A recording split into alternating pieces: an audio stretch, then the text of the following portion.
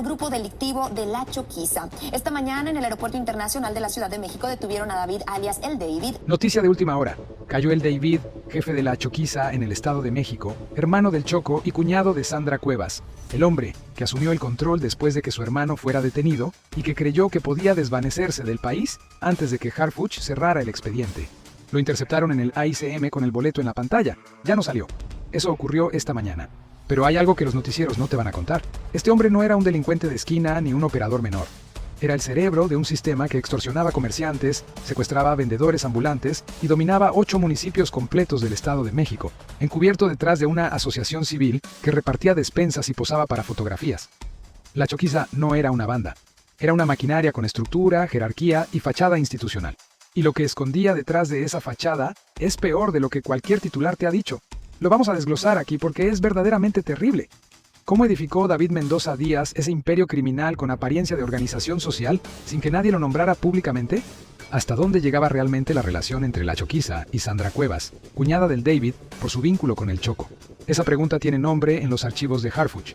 Y antes de que concluya este video, vas a entender por qué. La detención del David abre una investigación que todavía no tiene fecha de cierre. Eso es lo que está en juego hoy. Para comprender lo que ocurrió la mañana del 22 de mayo en el AICM, tienes que entender qué hacía David Mendoza Díaz, concretamente en las calles de Ecatepec, Tecámac, Coacalco y Tultitlán.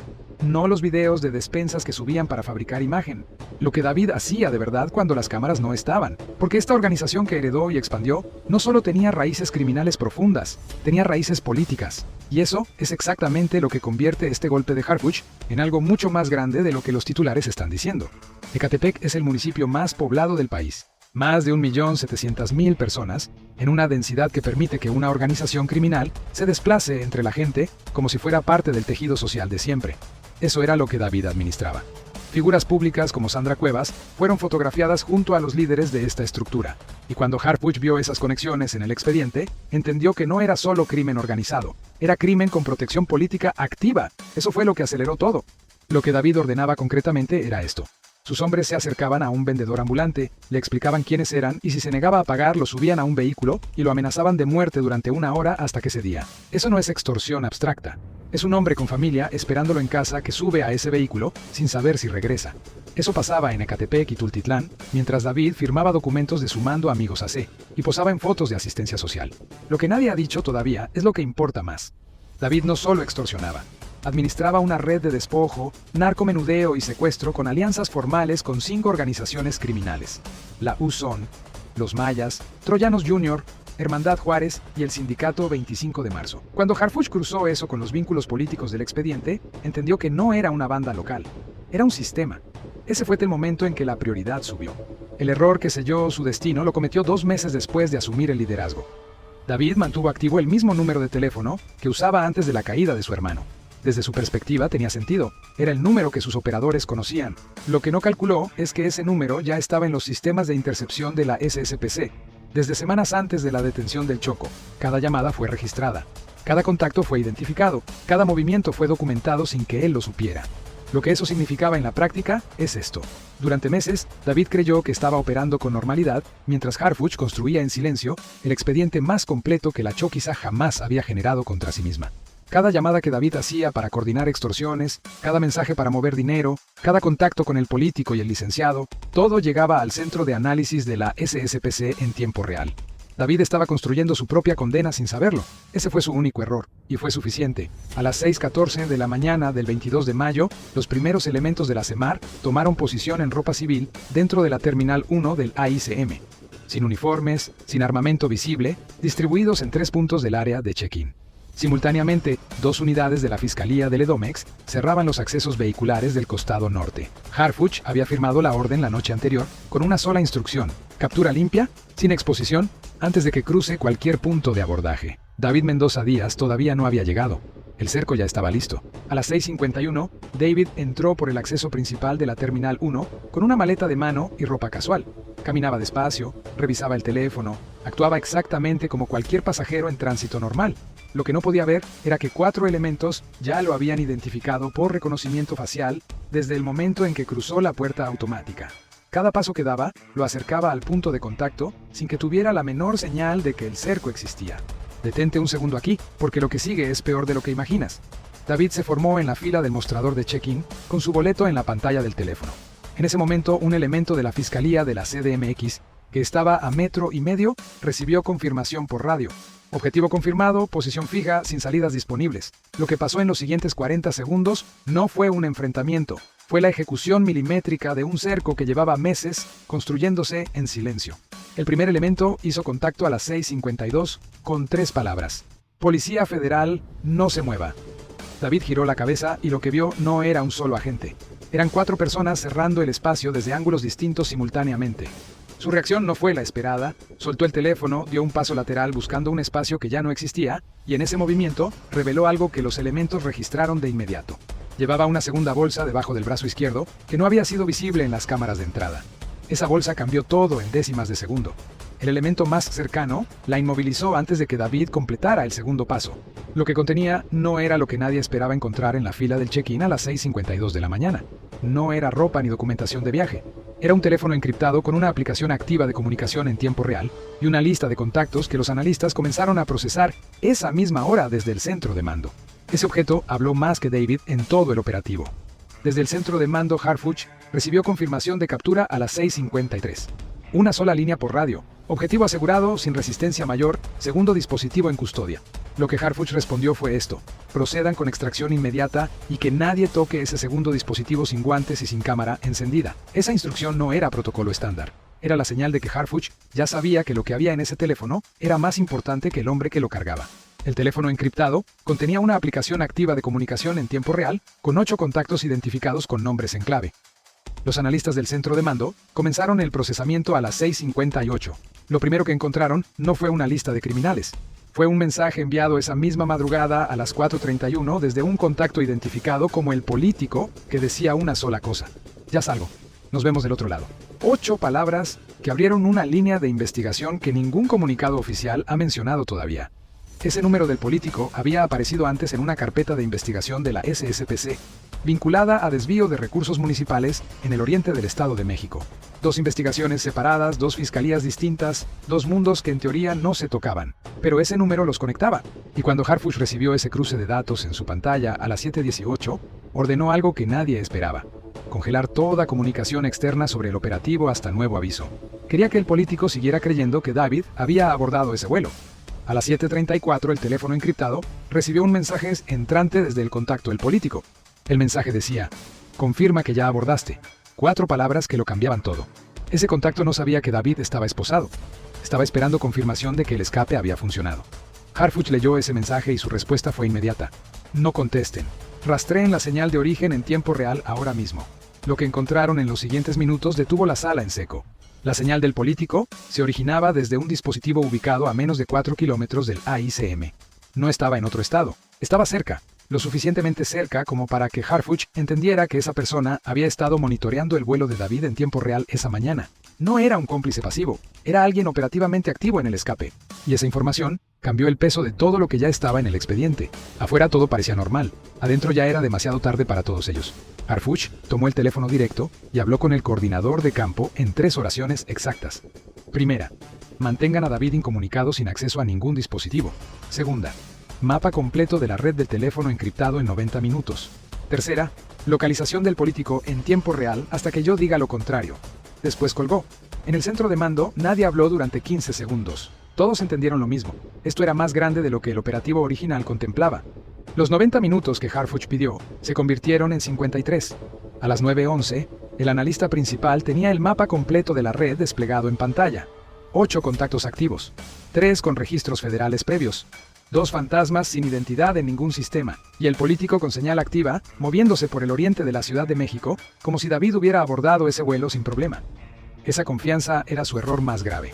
A las 9:23, la señal del político se detuvo en Iztapalapa durante 11 minutos.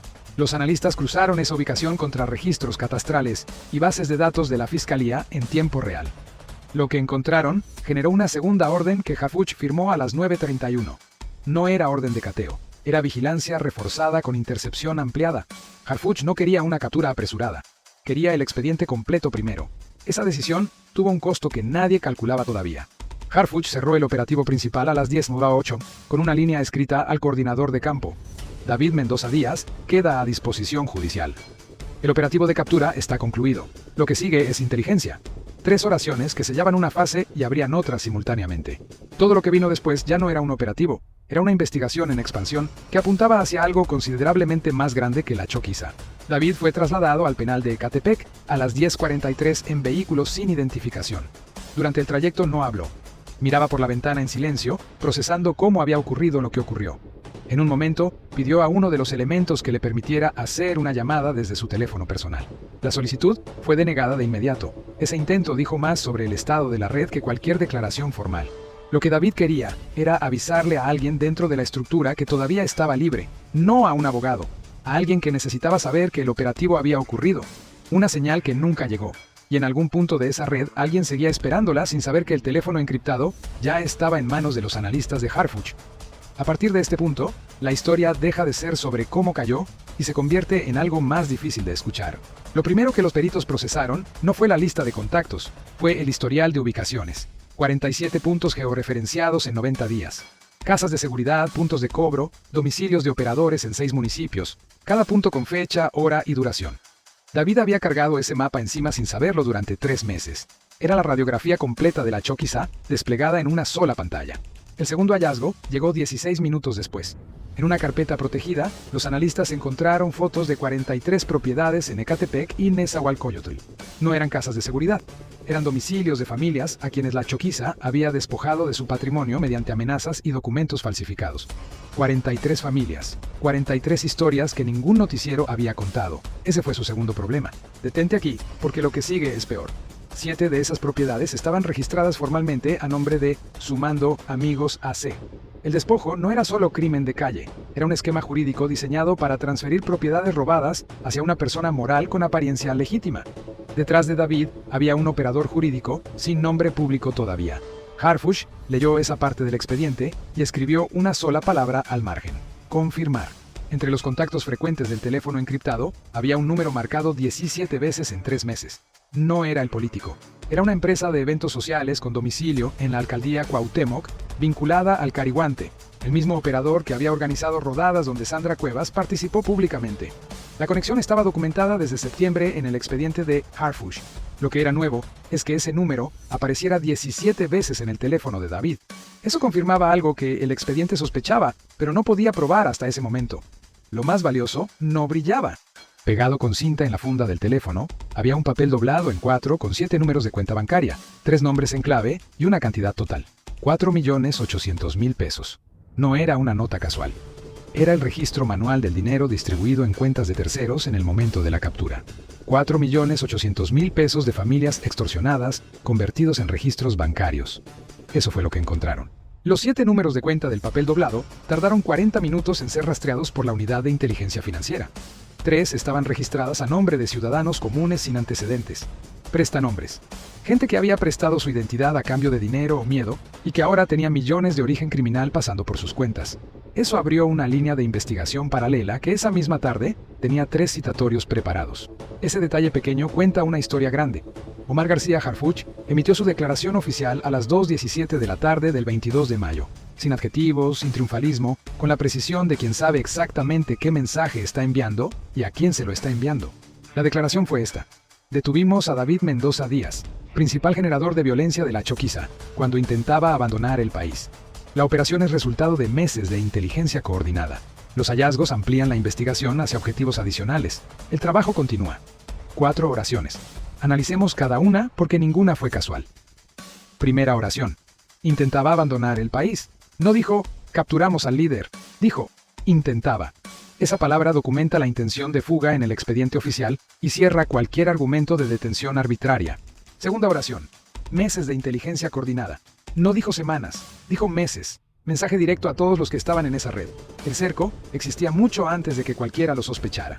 El político, el licenciado y los contactos fantasma llevan meses en un expediente que sigue creciendo. Esa frase no era para los medios, era para ellos. Tercera oración.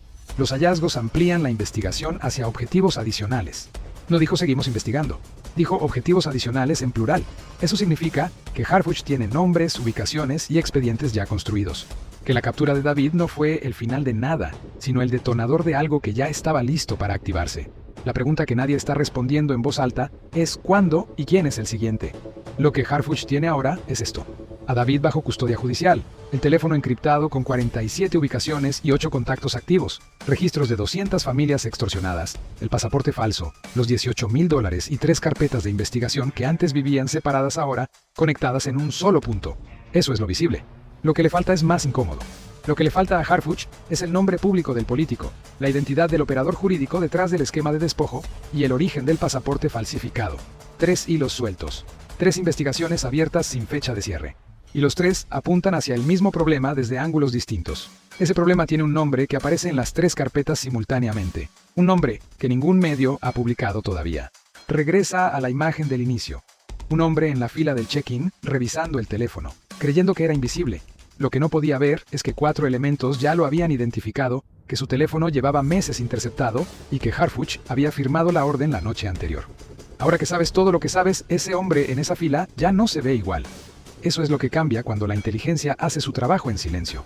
Suscríbete al canal y activa las notificaciones porque lo que viene sobre este caso es más pesado que todo lo que acabas de escuchar. Los 3 hilos sueltos del expediente de Harfuch no son investigaciones separadas. Son 3 ángulos del mismo problema. Y ese problema tiene un nombre que conecta este caso con algo que va mucho más allá de la Choquiza y de David Mendoza Díaz. La investigación de Harfuch no terminó con la captura de David Mendoza Díaz. En este momento, hay un expediente abierto con un nombre que no ha aparecido en ningún comunicado oficial. Un nombre que conecta el teléfono encriptado, el esquema de despojo jurídico y la red de protección política en un solo punto. Harfuch ya sabe quién es.